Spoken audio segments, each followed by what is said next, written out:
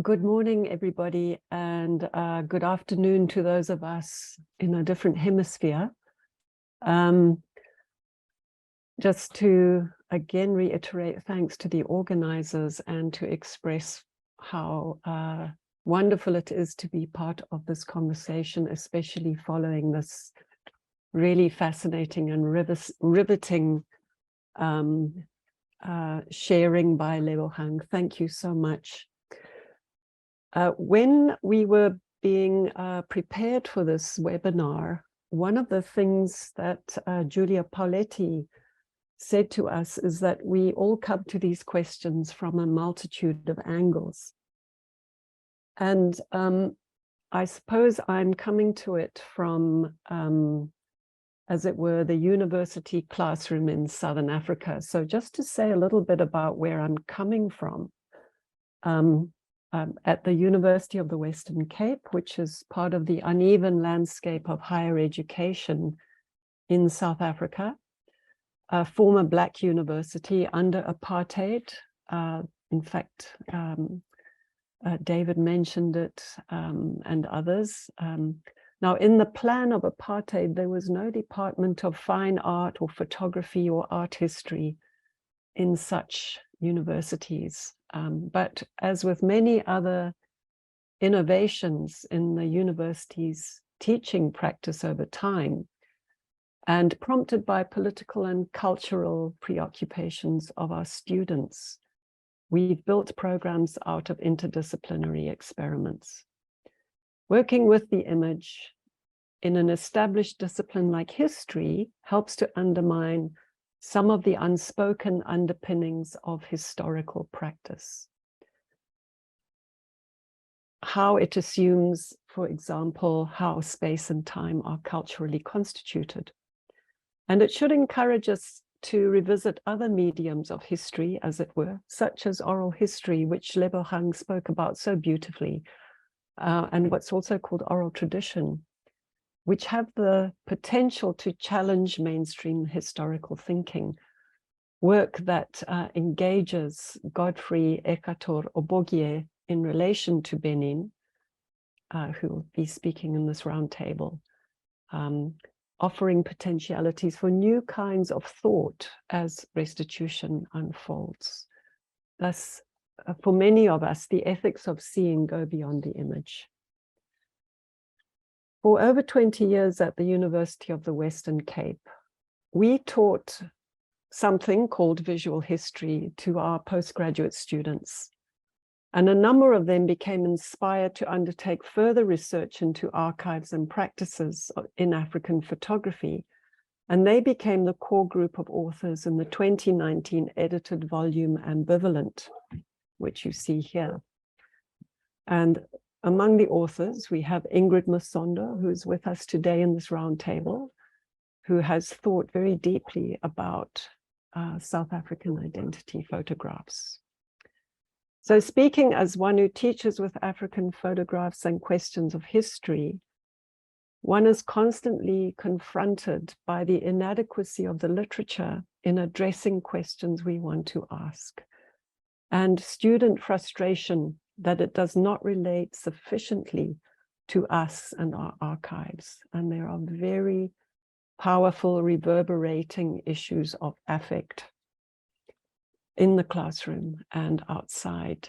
Now, this frustration with the literature on African photography pertaining to new collections students want to engage with inevitably reveals something of an international division of academic labor around the production of theory and the existence, as it were, of raw materials.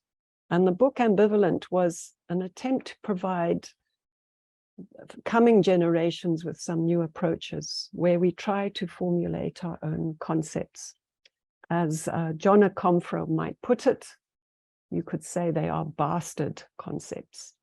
Now, the notion of ambivalence fell into place in our debates because in its etymology of both ambi and tendencies or directions, that is the valence, It seemed to allow the co-presence of quite fraught things, both thought and unthought, conscious and unconscious. So it's not a default term for mixed feelings, but coexistence and powerful strands that exist on different planes. And I know many of the speakers today are very attuned to these layers. And we heard Leboheng speaking to some of those as well. Now, the most fundamental question we asked in this book, Ambivalent, was who has the right to see and who has the right to write about seeing? Of course, on the right to see, this has roots in very long-standing questions around the distribution of the means of representation, camera, photographic paraphernalia, and the politics of representation. And now, as we grapple with the ethics of seeing, there's also the distribution of theory about such representation. And this last point tackles the dominance of, to use an old-fashioned word, the metropole. Now, how does the idea of ethics add gravitas and encompass more than these well-rehearsed questions around politics of representation? If the term ethos is etymologically linked to character, ethics is then connected to questions of right and wrong. Can we draw some kind of ethos from African photographs and collections? And again, and it's no accident, I come back to one very compelling photographer thinker, the late Santu Mofokeng, coincidentally with a photograph of the train church that Leboheng was talking about so compellingly. Now, Santu came to these questions about photographing life, and precarious life at that, under apartheid from a certain position. And he stated unambiguously that he liked ambiguity, not the isness of things, isness being a famous formulation of David Goldblatt. And Santu Mofokeng said this comes from a position of helplessness, not authority. Now, thinking about ethics and aesthetics together, Matthew Fuller and A.L. Weitzman suggest in their book, Investigative Aesthetics, that for different disciplines, opening up to aesthetics and the senses entails becoming, to some extent, vulnerable to the pain of others, which is why many do not really go there. To think with the ethics of seeing is to combine questions of right and wrong with aesthetics and that opening up, even if we have an old problematic of what Rancière called the distribution of the senses, and some from the former colonial world like to refer to this as the partition of the senses. But ethics of seeing does keep thinking and feeling together within the same frame, unlike the ways they are historically so divided. Now, about being seen, one of our starting points in ambivalence was that, as John Akomfra put it, Africa is burdened by an excess of signs, signs that are variously overdetermined and predetermined, but too often determined from the outside. What we did not take into account, and perhaps it's a question for us today in this roundtable and the rest of this conference, is how they might also be underdetermined. And that's a formulation that one of my recent students, Rory Tsapai, has come up with. Underdetermined either because we're not asking the good questions of them, or they simply need to be left alone. What we might think are the ethical solutions to problematic images may lead to other problems. For instance, in our visual history classes, at times we encounter bodies of photos that many of our students and Black viewers more generally do not want to look at. Those classified as ethnographic, for example, but also to some extent photojournalist and documentary photos of social conditions under apartheid. And in much of the literature, we found that various kinds of redress or counter strategies against such objectifying kinds of collections, that the redress would be a binary solution employed, which we came to question as sometimes an easy fix. And one of the binary oppositions we identify and discuss in Ambivalent is the sourcing and exhibiting of studio photos, especially from West Africa, which appear to highlight the positive, you know, a sense of self-fashioning, the incubators of modernity, that when written about often seem to place Africans on a timeline that puts them belatedly and derivatively behind an unspoken we of the so-called West, which presumes its own modernity in a kind of structured invisibility that is the baseline. Now, what about, to borrow from Giulia Pauletti's work, that uneasy sense of betrayal? What about, at the least, other layers within the image, the ambivalences? Now, given the at times uncertain foundations of what we might think of as ethical positions, not only is there probably no easy fix, but the questions are ever evolving because images take on so many other lives. For instance, if we were to request the cover photo of Ambivalent by Daniel Moralong today, which we sourced through the University of Fort Hare, whose free academic use of this collection was agreed by the photographer himself, today we would no longer gain access because members of the photographer's family have given one art curator the task of giving permissions and charging copyright. In another example, the family of Santu Mofokeng is legally contesting the rights to his collection of the Santu Mofokeng Foundation, which was co-founded by the photographer before his death. So what are the ethical questions around posthumous copyright and access in these settings? Now, more recently with my postgraduate students, we've engaged in a class held jointly with the University of Toronto on photography and the Anthropocene, or for photography and extinction, which interestingly brought out some interesting tensions in what matters most politically in the different hemispheres, but was very enriching at the same time. And we were rereading parts of Georges Didi Huberman's Images in Spite of All, where there is an injunction to attend to the remains, the vestiges.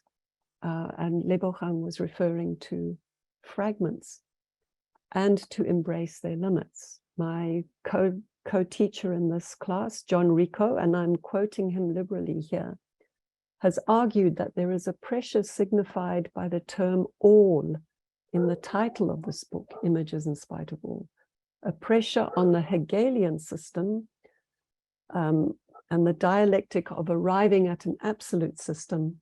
Thus, any sense of allness, completion, or entirety is undermined by the remnants, where the lacunae, which are not gaps, work as spacings that render a sense of allness impossible.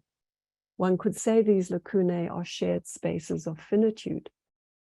So, to finish, this points us in the direction perhaps of a non-redemptive notion of the image. And following Didi Huberman, of course, where the Nazis had wanted to exterminate remembering, working with the vestiges means that the ethical is not to forget that there is forgetting, and the forgotten, that we are not bereft of a way to think the forgotten. It is my great pleasure to introduce the first speaker on this roundtable, and that is Ingrid Masondo, who since 2015 has been curator of photography and new media at the Iziko National Gallery of South Africa, and a full bio of Ingrid is available in the chat. Thank you, Patricia. I'm happy to be here and for the opportunity to think with others on this panel and symposium. Warm greetings to everyone. It was challenging to think about my various engagements with photography in considering the questions being asked here about looking in ethics, and my vantage points as photographer, researcher, scholar, aspiring archivist, institutional curator and collector, the looked at and photographed often collide and influence my looking, the motivations of why and how I'm looking, and even how I think about photography. In a given time, I'm not able to delve in the ethical dimensions of these positionalities, but I was inspired to emphasize some dimensions that influence my thinking here and which have much to do with situatedness. The first is about framing. I'm not able to isolate photography here because the politics of looking precede lens-based productions and representations. And as many of us know, the constitution of many nation states, disciplines, and institutions has been anchored on the production and maintenance of particular ways of seeing and feeling, which rendered some of us as objects, while affording others the privilege to look, to describe and classify, even to touch, collect, and disembody. So the conversations about ethics and collecting and even restitution are part of very long struggles and histories for some of us, and also not merely about cultural objects. And on the framing of African photography or African art, there's nothing new I could add to the ongoing cries against such inscriptions. So why do these categories persist, and what work do they do? The second point has to do with what I mentioned when Julia and Colette first invited me to the symposium. How, for instance, with the National Gallery here, which is part of the Iziko Museums of South Africa, our operational budgets are consistently being cut, and we're increasingly unable to collect works by local artists. And by local, I don't mean just within nationalistic borders. There are many reasons for this, such as many local artists and galleries pricing artworks in foreign currencies. So amidst the current calls for repatriation, many cultural workers here are concerned that it seems that we're headed to a place where some of the so-called traditional or historical art will be repatriated, a very big maybe, while most of the contemporary creative output leaves the continent under the willing seller, willing buyer logic of the market. This is a dilemma that for many artists in the global South. In my view, this paradox is partly linked to how we continue in practice to treat art or even the cultural field as autonomous and not deeply integrated in the global capitalist system. It is as if what is possible and enabled in the global north is not related to a certain extent to what is not possible in the global south. It's also as if institutions and cultural workers in the global south are wholly inefficient, corrupt, incapable of cultivating environments where artists are not only able to create, but thrive. And so when desperate families sell off parts or whole collections that are their kin's work, they tend to be viewed as ignorant or greedy or don't value their heritage. Let me move on to some scenarios that hopefully offer some reflections and delve into some of these positionalities that are occupied. So the first is me as a researcher, curator, and collector on behalf of a national and public museum, which is a role imbued with some power. And here, it is often the people who are well-resourced who can easily access the museum and make demands. They're well-versed in our exhibition and collecting processes. They know it is within their rights to demand an explanation if their proposals are not accepted.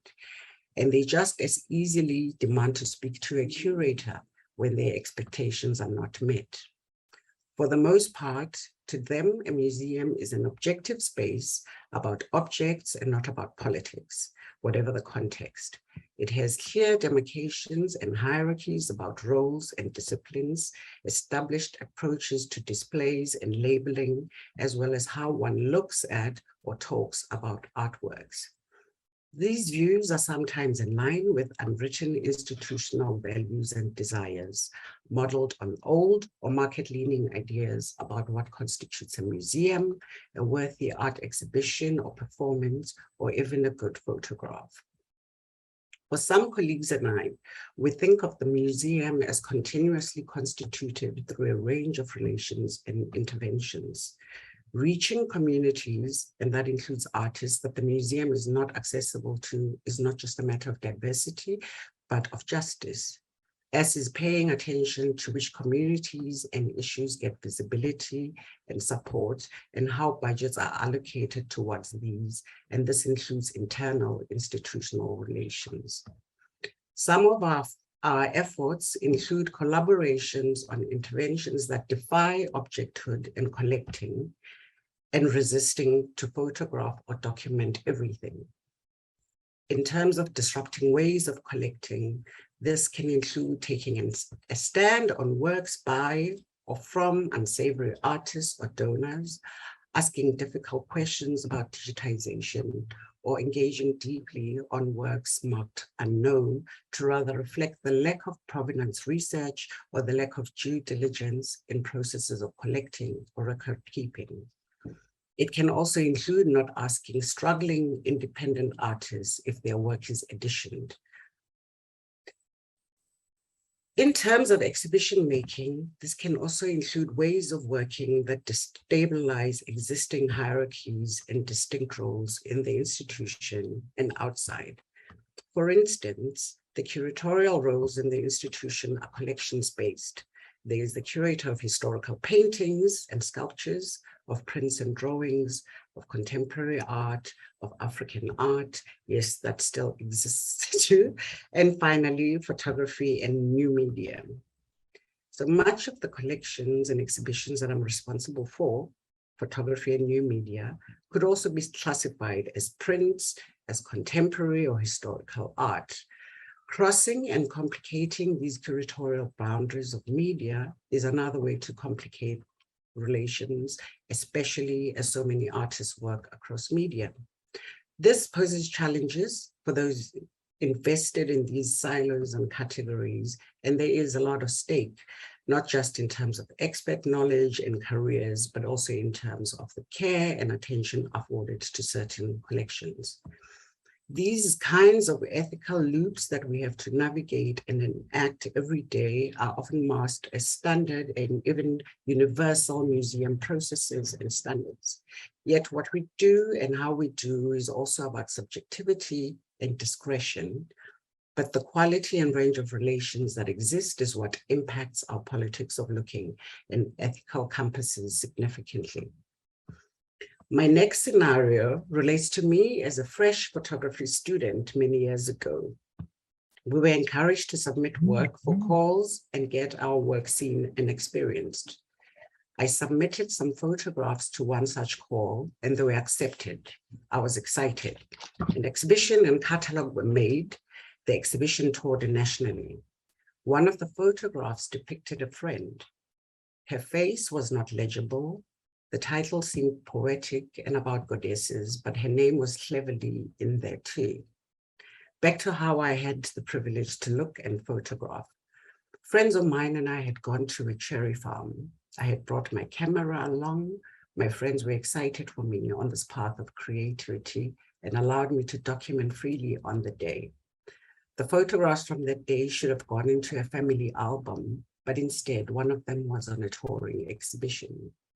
When the photograph was selected, I got in a production frenzy, as is often the case, producing clever titles, a biography about me, thinking about sizes and types of paper. I had neglected to ask my friend about showing this photograph publicly. When she innocently walked through an exhibition featuring women photographers and stumbled into a photograph of hers, she was shocked, and rightly so. She called me afterwards to let me know how she felt, even if she loved the photograph and did not want it withdrawn from the exhibition. She taught me many lessons about photographing others and rethinking issues of ownership. If I could not tend to the little big things with kin, how would I behave with those I did not know well or love but photographed? And how are viewers supposed to know this, what had transpired? So I don't have time to present other sticky scenarios, so let me conclude.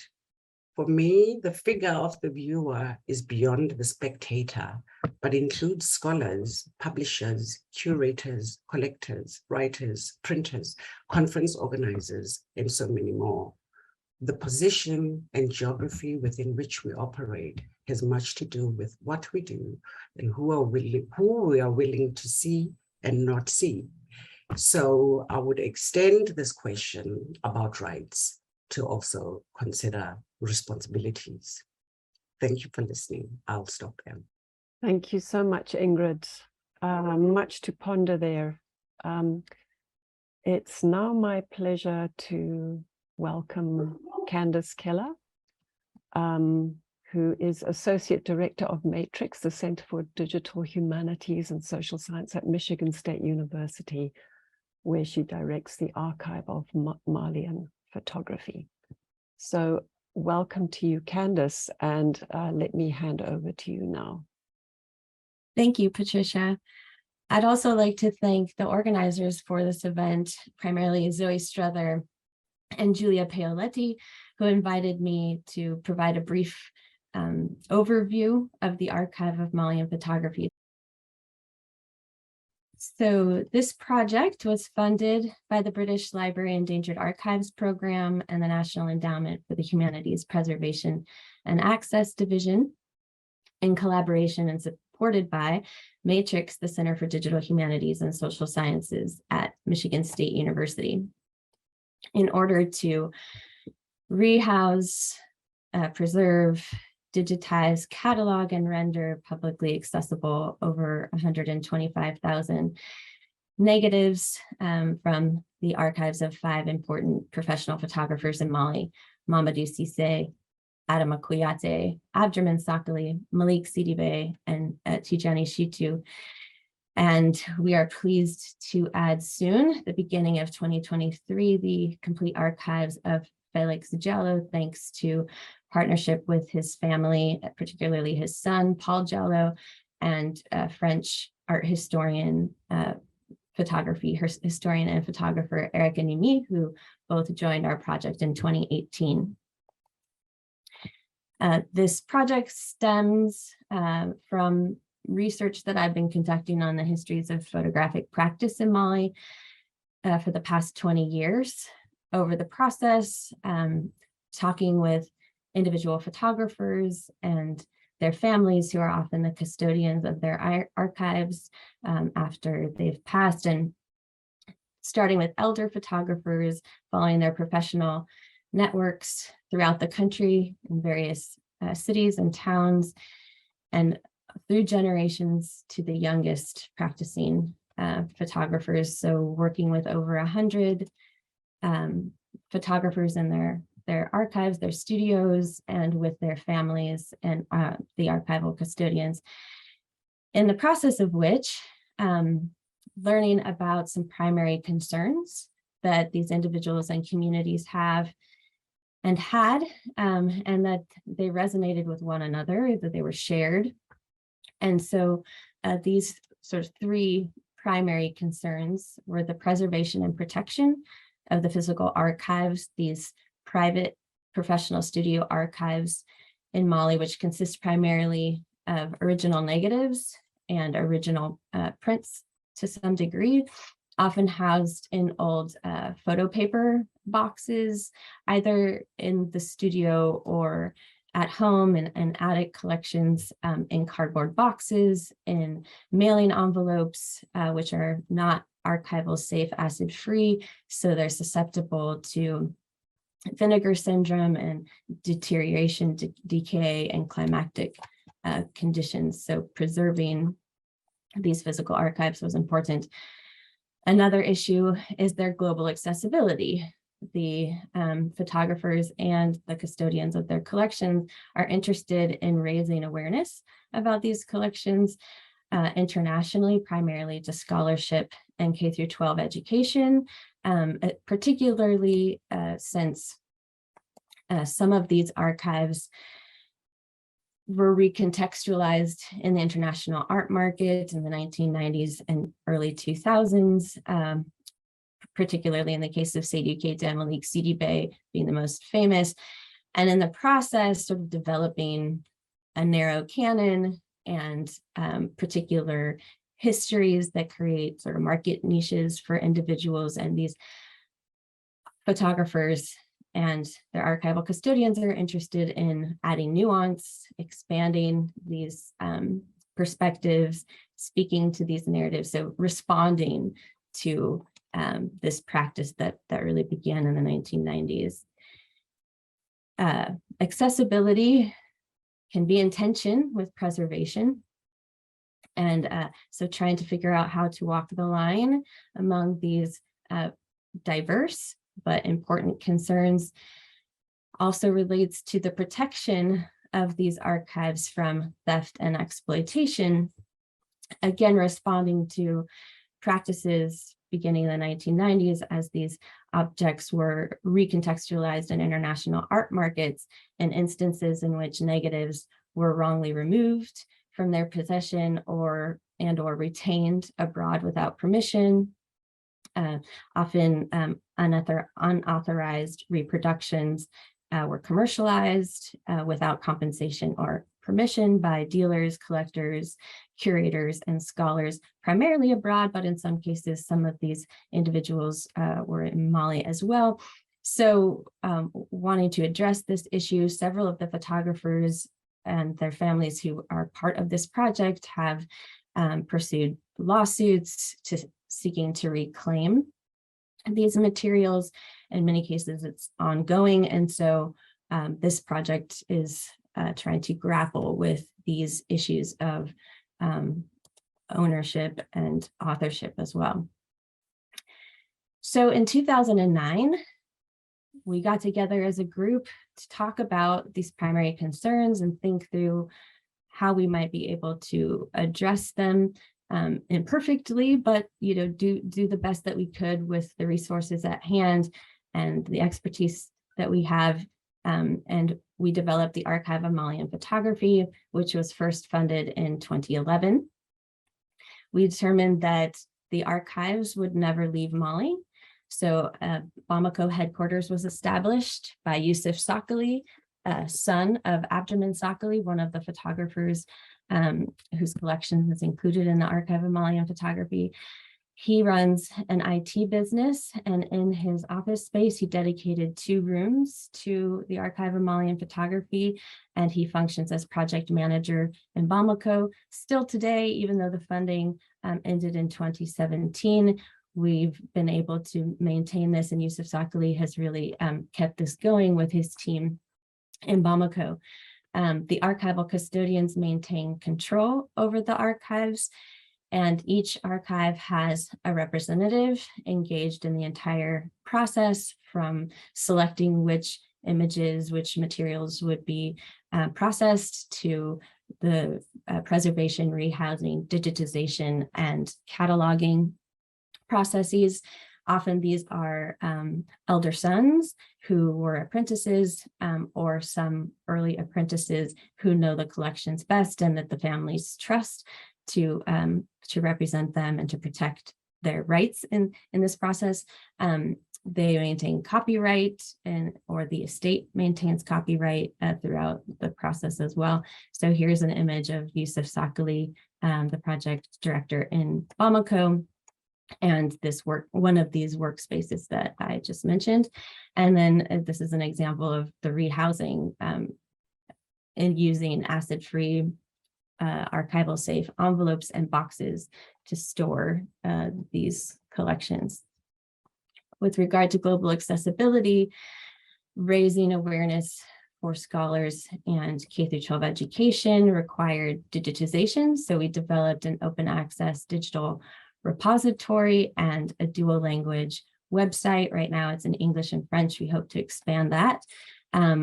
Thanks in part to Matrix at MSU, and we also deposited a study collection in Bamako at the Maison Africaine de la Photographie with a laptop, so that people who are in Bamako who are interested in studying these collections but might not have access to the internet would be able to go to MAP and be able to study them.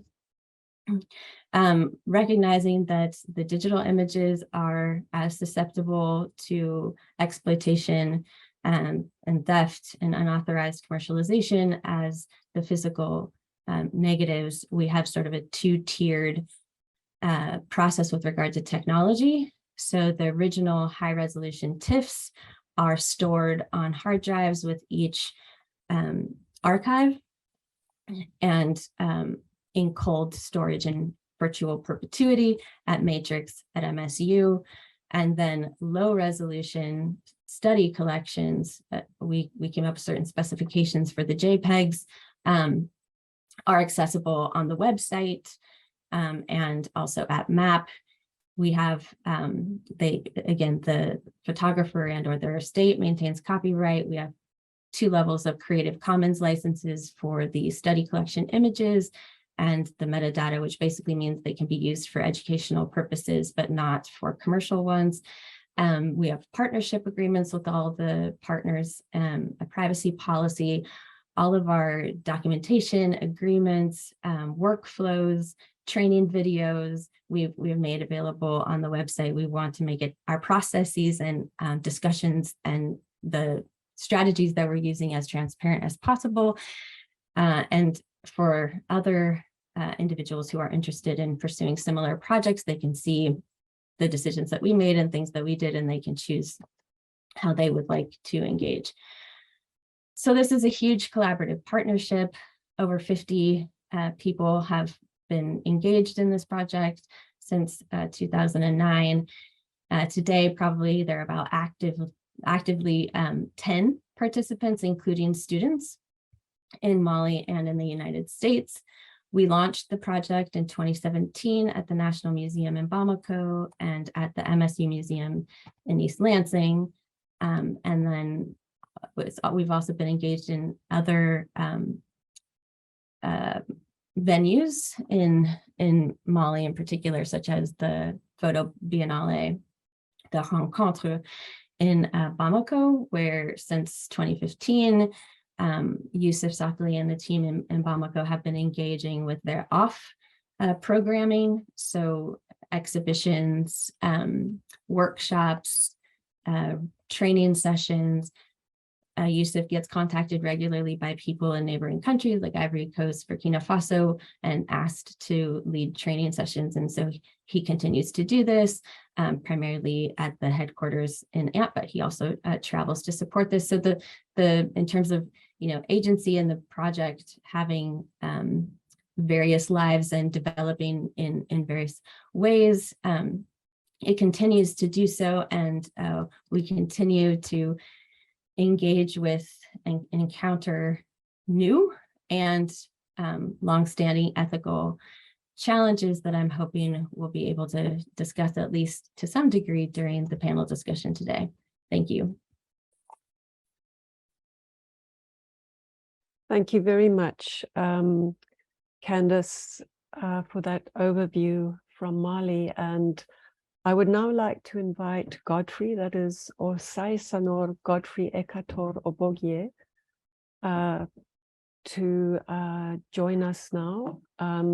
research fellow at the Institute of Benin Studies, principal researcher in Nigeria for the wonderful digital Benin project. Godfrey, over to you, please.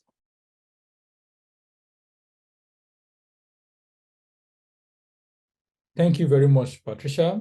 I thank you for the introduction. I'm Ekhator-Obogie Osaisonor Godfrey. I'm the principal researcher for the Digital Benin project in Nigeria, and my presentation today is on the just launched digital catalog that connects the royal treasures from Benin Kingdom in Nigeria. The Digital Benin project was conceived by the Benin Dialogue Group as a project that will provide the long requested overview of Benin objects that have been globally circulated after the invasion of 1897. And between 1897 and 1930, a lot of these objects were circulated between Europe and America, and a lot also were still acquired under questionable circumstances in Nigeria and other parts of Africa. The project had a 2-year lifespan, and it started in October 2020 and ended in September 2022. As we launch this project, we have also gotten an extension for another 1 year, which will run from now till September 2023. How the digital platform get to connect over 5,000 objects. We use a system which is called the API, which is the Application Programming Interface, that allows the connection between existing data from different institutions. And these institutions have already digitized their data. So we were not digitizing their data, but rather we are linking their data in an interface. But in Benin, and in Africa, in Nigeria and in Benin, I am a research assistant, had to photograph and digitize catalog cards of objects that fall within the scope of this project in Nigerian museums. Also, I also had to collect oral history and interesting historical traditions that these artifacts could evoke from the Benin people. And in doing this, to make the platform a very lively and a kind of a living museum, which I have always described it to be, I did short video documentary on significant and very important events and rituals, and in particular, processes of object production in Benin Kingdom, which shows that this is a living culture and is still existing in Benin Kingdom to date. What would this platform do? The platform that has just been launched is a platform that can be accessible to all and sundry. So it now gives researchers the opportunity that never existed before now to access data related to Benin objects globally. And this is an open access platform, as well as the fact that it can be accessed in all devices. Broadcasting in Benin is very synonymous or equal or tantamount to photography. It has started as a practice officially in Benin Kingdom in the 13th and 14th century during the reign of Oba Ogwola. And it is used to produce ritual objects. Broadcasting, they produce ritual objects. The broadcasters produce documentation, bronze plaques that are documentation. They produce ornaments. These are very significant and important ways of photographing in pre-colonial Benin Kingdom. For instance, here, Phil Omodamen, who is a bronzecaster and the 7th generation of the bronzecasting line of the Omodamen family, produces a bronze plaque from the picture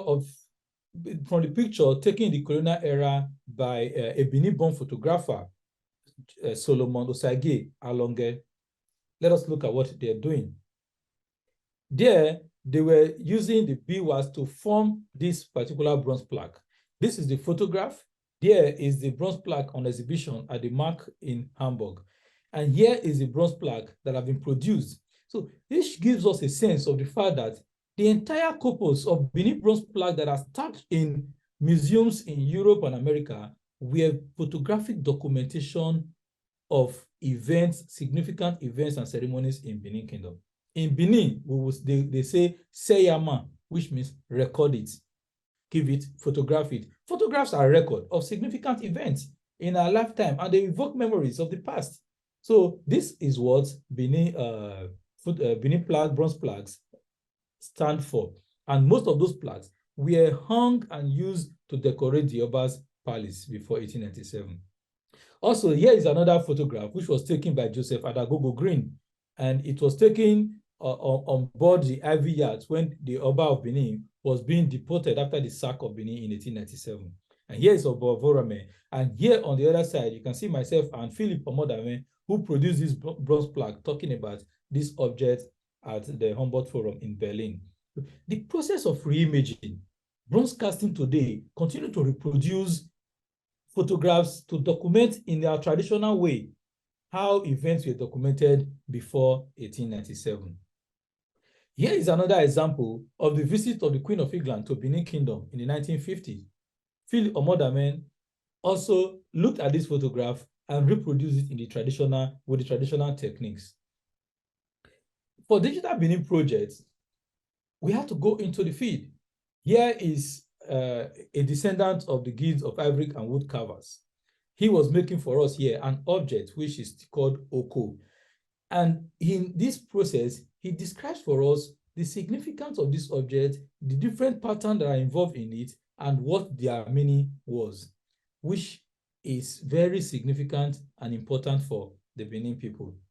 So this object production is still a way of showing that the objects that have been produced and looted in 1897 are a living part of the Benin society. So this is a living culture for the Benin people.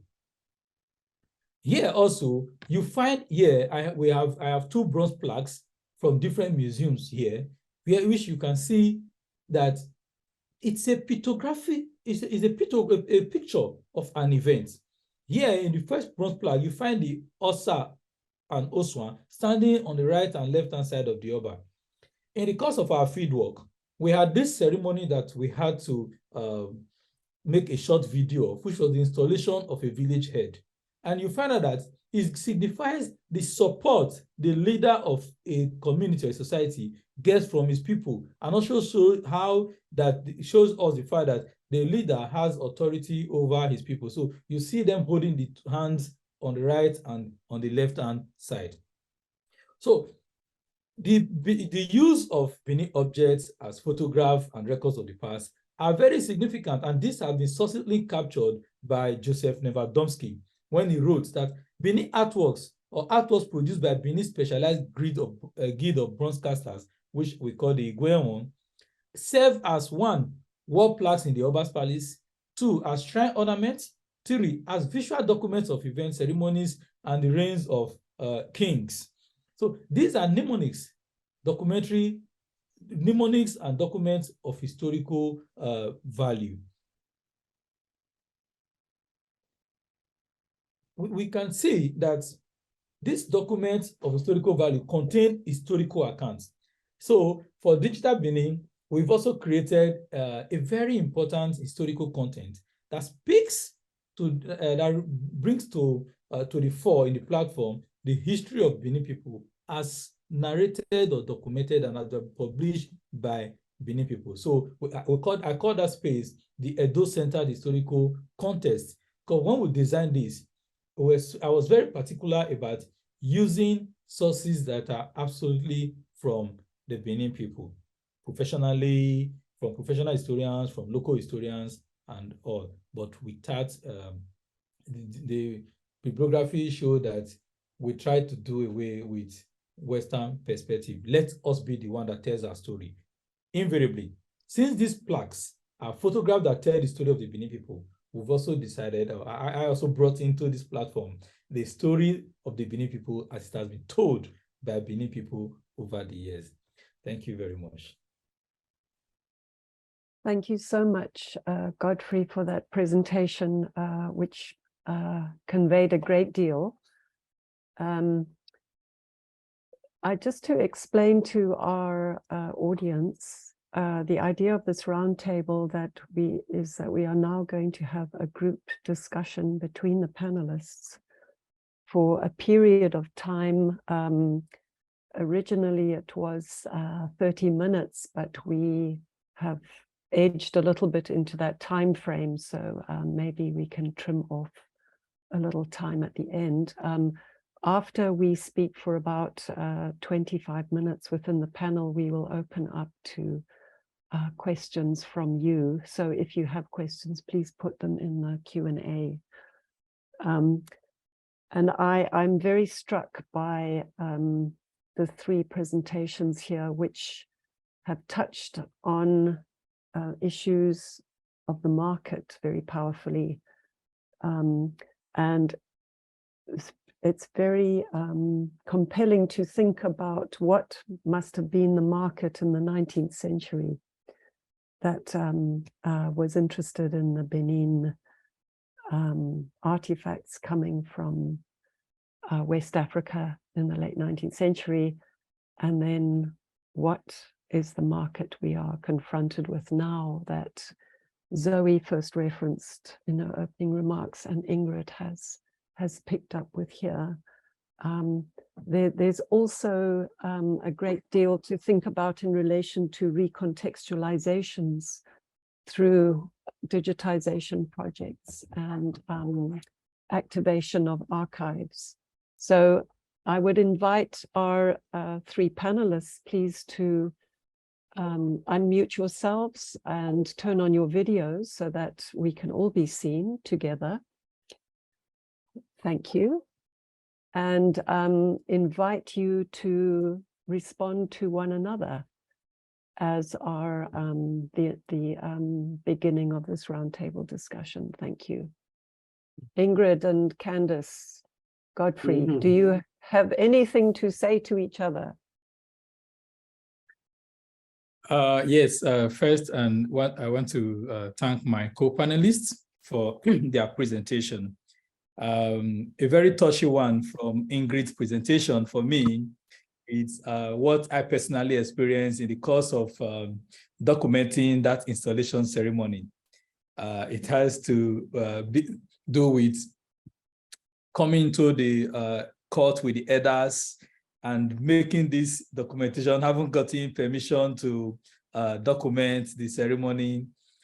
And then I'm told in the whole of this court, as I continue to turn around my camera, I'm told by one of the attendants of the elder not to look into a particular aspect of the court, which contains a shrine. And these are ethical issues, and these are limitations.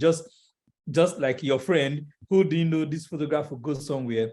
Of course, they understood the fact that I was on a research trip, and then they have to make me understand that within this court, these are aspects that you cannot take away. So I see this connection in what we have done, and it's really interesting. And also for Candace's interesting and amazing work, she said they've been launched since 2017. We just launched 2 days ago in Berlin. And the whole idea of digitization archive that reimage African documentation system, it's very interesting. And this is a meeting point. Photographs from Mali being digitized. And for us, it is the documentation and digitization or creation of a global digital catalog for the traditional photographs of Benin that have been dispersed globally and disconnected from its source of origin. And Digital Benin, therefore, is bringing, for the first time, to the fore, and to many Benin people, particularly those of my generation, a space, an opportunity to interact with this set of rich cultural documentation, ritual ornaments that we've never seen before. I also see from Candace's work and project an interesting space that could still be explored, not only in Benin. I'm very particular about Benin anyway, but in Nigeria. And in Benin, I am aware that we've had a few studies of photographs coming from the colonial era, a few studies of photographs within the courts, but of course, a whole lot like you have been doing, and this is what I take away from your project also. The second lesson there is that a whole lot of the colonial photography, apart from the famous Joseph Alonge, has not been documented or fully researched. And this is very important and dear to us who are interested in telling the history of Benin people through visual representation. So we have the photographs from colonial era, which I would not be interested in looking at and seeing how much can be explored from them. Thank you very much. Thank you so much, Godfrey. Ingrid and Candace, would you like to respond and even redirect some questions? Thank you. Sure. But I'm very excited to, to get more information about these archives, especially on the continent. And I think there are many in many corners of this continent who are interested in question of archive making and archival practice. And, so I'm very interested that we begin these conversations about how to spread the skills, spread the resources and everything. And I think, Candace, you touched on the partnerships and the institutions that are involved. And I'm interested to know how this is going to run, Godfrey, and just how we keep balance, the power, the power balances. When I worked at my Buya archive, it was really a challenge thinking through this archival, the need to archive and make works accessible so that they can be interpreted more, and finding that the only interest and funds that were available were coming with a whole lot of expectation, and I must admit, coming from very particular places and never on the continent. So what I was speaking to was, about this problem of how our governments do not fund certain projects, or it's really tough. So how we balance, and maybe this is also a way to just get us to think through working together and sharing information. That was one thing. Thank you. Candace. Yeah, well, I see a lot of resonances in what all of the speakers have really raised this morning, maybe particularly Lebohang and Ingrid, but, questions about agency and ownership, questions about privacy and rights to privacy for those who are pictured. And these are ongoing challenges for us in this project too, because coming at it from the photographers' archives, where there's over 500,000 archives, over 500,000 negatives in Malik Sidibé's collection or Abdurrahman Sakale's collection, and so it's very difficult to try to find all of the people who have been pictured and get permissions and find out how do they feel and learn as much as we can. So, these are ongoing challenges. One of the things that I wanted to mention is we're inspired by a project that Erica Nimi has been doing recently with the Felix Jallo Archive, which is she, together with his son, Paul, have had exhibitions publicly in the center of Keïta, where he worked, and was important to the community, and advertised these in advance, like a month in advance over the radio, letting people know that there would be these exhibitions. And so people, the community members in droves, really have come to share their perspectives, come with Post-it notes, sticking Post-it notes on the pictures to say, oh, this is misattributed. This isn't actually this individual. This is this individual. This is my grandfather who did X, Y, and Z. So it's a means of, engaging communities, getting permission, getting to talk to these people, find out how they feel about these archives, what they mean to them, how they feel about them being public, this privacy, what's private, what's public question. and also expanding the catalog, the metadata, the information, the narratives that are available. So this is the kind of thing we'd like to do more of, and as part of this project moving forward to address these kinds of privacy issues and community public privacy issues. Thanks, Candace. Any further response? Yes, Ingrid.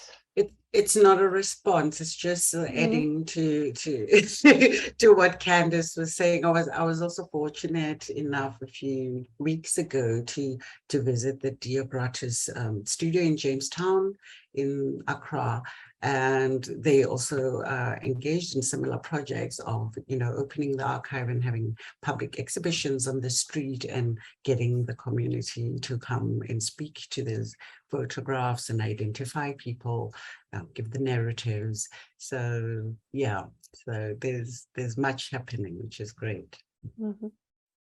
Yeah, and anecdotally, we have that right to privacy caveat on our website. So if anyone were to complain, want images to not be included on the website or accessible publicly on the website, we would remove it. And so far, we've received the opposite responses from people in and outside of Mali who some of them, it's their grandparent or some distant relative that they didn't have access to the archive. Maybe they live abroad and they're interested that now they can, have access to these images and, use them for their own private purposes, even in addition to, scholars or other people. Like during COVID, we've been able to help some students, even one graduate student at Columbia University who wanted to research Abderrahmane Sakali's work, but wasn't able to travel there. So she was able to work remotely with the family and also, complete her thesis by engaging with the archive. So there have been lots of interesting responses from people within and outside of Mali that we couldn't have predicted, but we try to respond, and we don't include images of nudity or of toplessness or of, there's some instances where people would have women would come from villages to urban centers and have their photograph made wearing the same undergarments as a means of showing unity and the special experience, but we don't include those kinds of images based on what Malik Sidibé learned over the course of his career since the 1990s, where he was getting some people who were upset seeing their grandmother or their mother in a bathing suit or topless at beach photos in an exhibition in a gallery in Paris. And so he stopped allowing those images to be included and publicly exhibited. And so we've refrained from including that kind of imagery in the archive as well. It seems to be remarkable the way those interacting with these images are claiming kinship, actually, actual genealogical kinship and lineages, but also, I suppose, much broader sense of kinship as well, which seems to be very powerful in terms of reappropriating in some cases, and maybe also possibly accessing for the first time. So there's something very potent about the reconnections I'm hearing about. It seems to be driving all sorts of new energies. And I'm curious, though maybe this is a minor question, about what we are doing, for example, in schools and higher education to promote a sense of the value of our own collections on the continent that actually could help to drive some of these transformations in the ethics of viewing. So I'm just curious. I know there are fine art departments in parts of West Africa, for example, and wondering whether you know, the teaching about photographic archives and all of the literature and scholarly work we're talking about is something that we should turn our attention to. So I just wanted to park that. Any further thoughts from you, Godfrey? You're looking extremely pregnant with ideas. Yes, for me, one of the take-homes and the drive for the Digital Benin project was also to address scholars and professionals in not just the art of broadcastings, but artists in general. And for scholars who have not had opportunity to carry out this kind of extensive research and create new knowledge about the Benin past, and who would have longed to do this, but we are not able to, and we are limited by the fact that objects that were, of course, that would have been the resources for such research were scattered globally, and they were in different museums, far from each other. And where there are no enough or sufficient fund for funding of research, extensive research of such nature, these scholars are actually discouraged and limited. And in the absence of collaborative research, there is also little or nothing that African scholars or Benin scholars could actually do. So in that regard, the Digital Benin project become a very timely tool that has provided the platform, the opportunity. Now, as a Benin studies researcher, I am very happy that with this kind of platform, I'm able to look at a set of objects from the Mets to Chicago to the BM and to Leiden, and put them together. What Digital Benin has done also to that is unique about it is that the data provided by these institutions were not structured. We've collected them in that way, and then we've also carried out our own research about this object. And there you could see on the website the data provided by the different institutions and the data provided by the Digital Benin team. And these become very easy tools for researchers to use, rather than thinking of how to travel across institutions to access these research materials. But here in the digital space, you are able to work with them at the comfort of your research lab. And then for our Benin artists and broadcasters who have been working or creating new images from going through catalogs and looking for catalogs, looking for ways to get access to catalogs. Now they have a digital catalog that in its entirety is beyond what you could find in some catalog where you have just 200, 150 or 500 objects. You have a whole of over 5,000 objects from 130 museums from across 20 countries in the world. So this is an enormous resource built by a team that were also global, in the sense that we were working in 3 or 4 different time zones.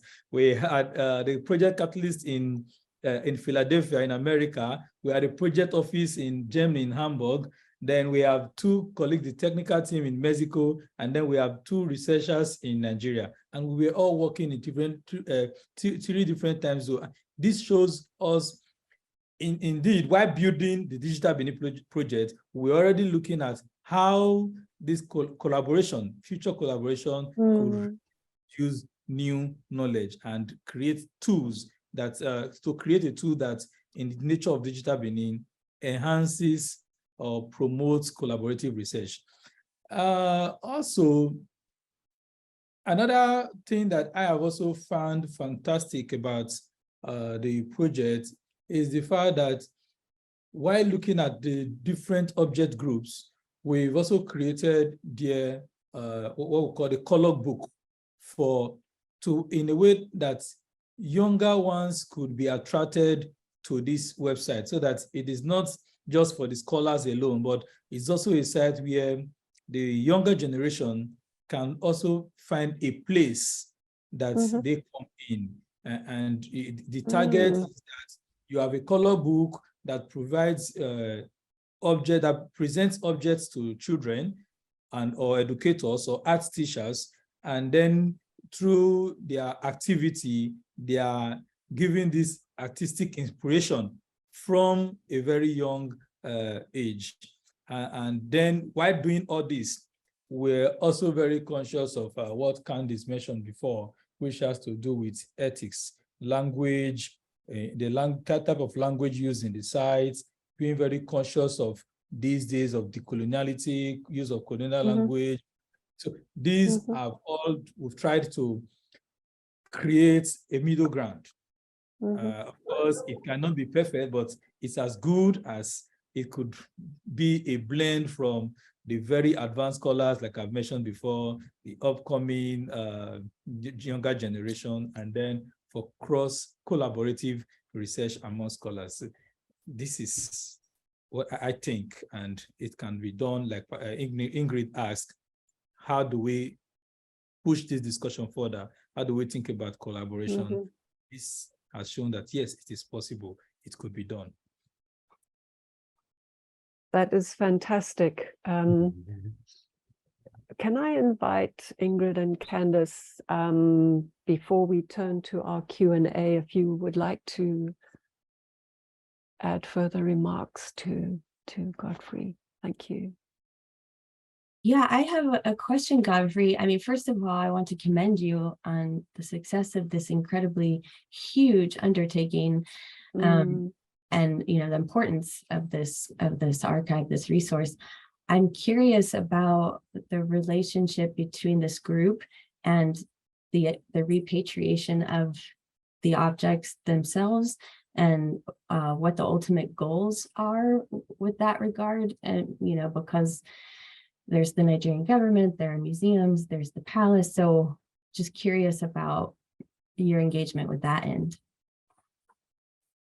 Yes, thank you very much. It's a very recurring question. And in the course of talking to people about Digital Benin, the first thing everybody asks you in the age of restitution, are you pro or against restitution?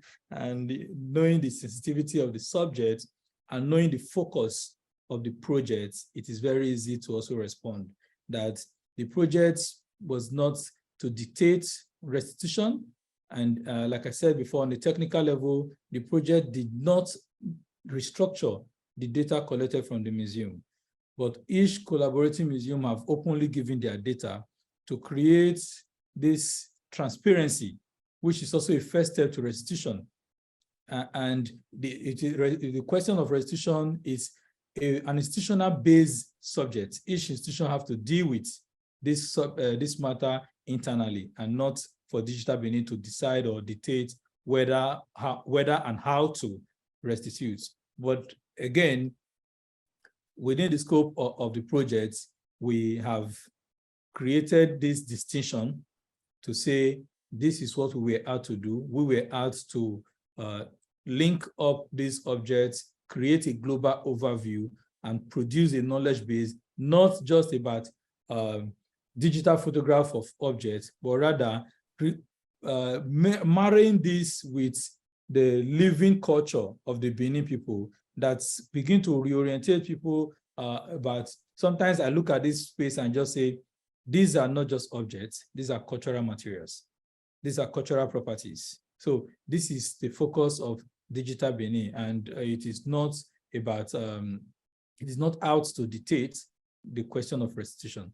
But of course, on the other hand, it has also, and it will hopefully help a lot of institutions to embrace, with this step of transparency they've taken, to embrace the transparent dealing with this object, because you begin to understand that the object is more of cultural significance to the society of origin as it is displayed on the platform than the storage where they are. Because every object you find, every Benin object you find has a function in the society of its origin. A daily ritual is performed in Benin and an object is used.